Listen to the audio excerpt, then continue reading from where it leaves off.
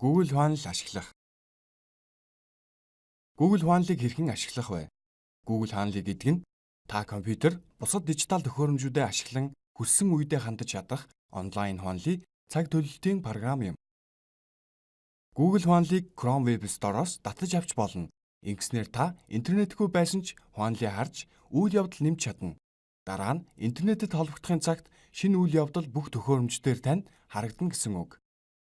Хуанлд нэвтрэхийн тулд Gmail хаягаасаа Google Apps Хуанл сонгоно.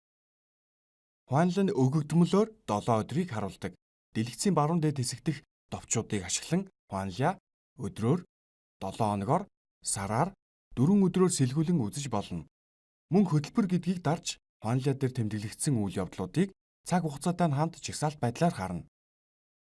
4 өдрөөр хуанлаа харъя. Энэ 4 өдрөөр хардгийг өөрчилж болно.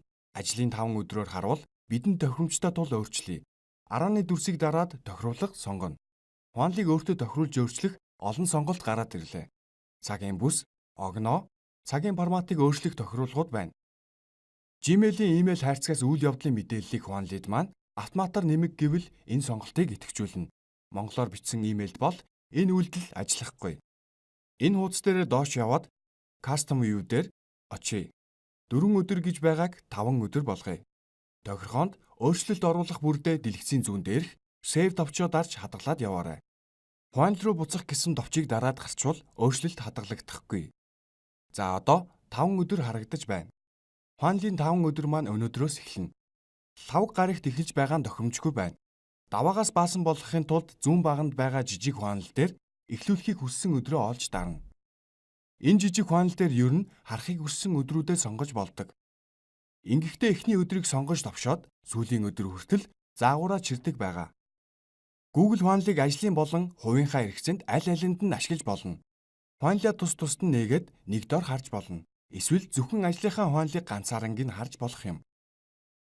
Шинэ хуанлаа үүсгэхийн тулд миний хуанлын хажуу дахь сумыг дарлаа.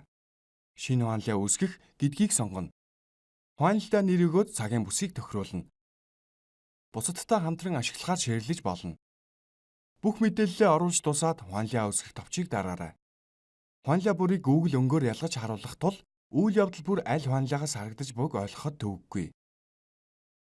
Зөвхөн нэг хуанлыг үзэх бол миний хуанлын хэсэгт тухайн хуанлын арын сумыг дарж зөвхөн энэ хуанлыг үзүүлэх гэж сонгоно. Google Хуанл апыг Apple, Android төхөөрөмждөр татаж болно. Google Хуанлаа бол ажлаа төлөвлөж бүх төхөөрөмждөө хизээч хаанаас ч харж шинчилж болдог хүчрхэг багж юм.